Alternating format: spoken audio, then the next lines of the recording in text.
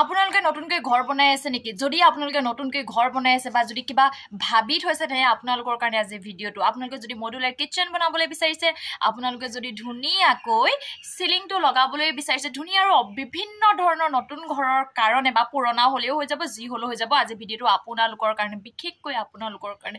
তেনেহ'লে যে ভিডিঅ'টো আপোনালোকে শেষলৈকে চাই থাকক। বিভিন্ন আমি ঘৰৰ কেনেকৈ ডিজাইন কৰিব পাৰোঁ, ঘৰখন কেনেকৈ শুৱনি কৰি ৰাখিব পাৰোঁ, সেইসকলৰ কাৰণে আজি ভিডিঅ'টো একেবাৰে কম মূল্যত মাত্ৰ 1000ৰ পৰা 11,000 ভিতৰত গোটেই আপোনাৰ কাম ফিনিচিং কৰি দিব। আপুনি যেনেকুৱা ধৰণৰ বস্তু বিচাৰিছে আপোনালোকে তেনেকৈ ধৰণৰ আপোনাৰ ৰেট হ'ব।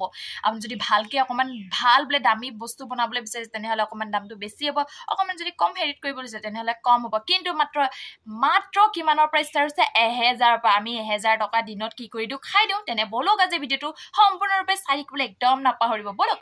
একেবাৰে টেনশ্যন দূৰ কৰিবলৈ মই আহি আছোঁ আপোনালোকৰ মাজলৈ। এতিয়া আপোনালোকে স্ক্ৰীণত দেখি আছে আপোনালোকক কেনেকুৱা ধৰণৰ বস্তু লাগে, সকলো আপোনালোকক মেনেজ কৰি দিব এজন ব্যক্তি আছে। ব্যক্তিজনৰ বাৰু মই নাম্বাৰটো আপোনালোকৰ স্ক্ৰীণত দি দিম। আপোনালোকে ধুনীয়াকৈ কণ্টেক্ট কৰি সকলো ডিটেইলছকৈ সুধিব পাৰিব। যদি আপুনি ঘৰখন যদি শুৱনি কৰিবলৈ বিচাৰিছে, আপোনাক কেনেকুৱা ধৰণৰ বস্তু লাগে সকলোখিনি কৰি দিব। কিন্তু আপোনালোকৰ ঘৰতেই একেবাৰে ঘৰত গৈ কৰি দিব তেওঁলোকৰ মিস্ত্ৰীখিনিয়ে। তো টেনশ্যন কৰিবলৈ একো দৰকাৰ নাই, বুজি পাইছেনে?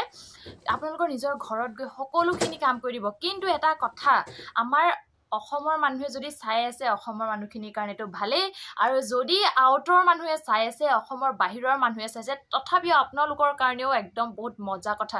কাৰণ সেই ব্যক্তিজনে কি কৰিব, আপোনালোকৰ ঘৰলৈ গৈ ধুনীয়াকৈ কামটো কৰি দিব, কিন্তু বাহিৰলৈ গৈও কৰি দিব। যেনেকৈ অসমৰ বাহিৰত য'তেই হওক আপোনালোকৰ কাম সকলোখিনি ফিনিক্স কৰি দিব। মই ভাবিছোঁ তেওঁলোকেতো বাহিৰত কৰে, কিন্তু আমাৰ অসমৰ মানুহে জনাটো উচিত। কাৰণ অসমৰ এজন যুৱকে ইমান ধুনীয়া এটা কাম কৰি আছে, কিন্তু আমাৰ অসমৰ মানুহে বোলে গমেই নাপায়। কিন্তু ইমান ভালকৈ কাম কৰি আছে, উৎসাহ দিয়াটো আমি উচিত, হয়নে নহয়? সেইবাবে আপোনালোকে ইমান বেলেগৰ পৰা দূৰৰ মানুহ মতাতকৈ আমাৰ এই অসমৰ যুৱককেইজনকে মাতকচোন, হয়নে নহয়? আৰু সেইবাবে তেওঁলোকে আপোনালোকৰ ঘৰত ধুনীয়াকৈ একদম ফিটিং কৰি দিব একেবাৰে কম মূল্যত, মাত্ৰ 1000ৰ পৰা 12,000ৰ ভিতৰতে আপোনালোকক কৰিব। আপোনালোকে মানে বস্তু কেনেকুৱা লাগিব তাৰ ওপৰত ডিপেণ্ড কৰিব, আপুনি কেনেকুৱা ধৰণৰ বস্তু বনায় তাৰ ওপৰত ডিপেণ্ড কৰিব। কিন্তু তাতকৈ আপোনালোকে ধুনীয়াকৈ ফোন কৰি আপোনালোকে সুধি ল'ব পাৰে আপোনালোকে কেনেধৰণৰ কাম কৰিবলৈ বিচাৰিছে। আৰু আপোনালোকে স্ক্ৰীণত দেখি আছে মিস্ত্ৰীবোৰে কেনেদৰে কাম কৰি আছে, দেখি পাইছেনে?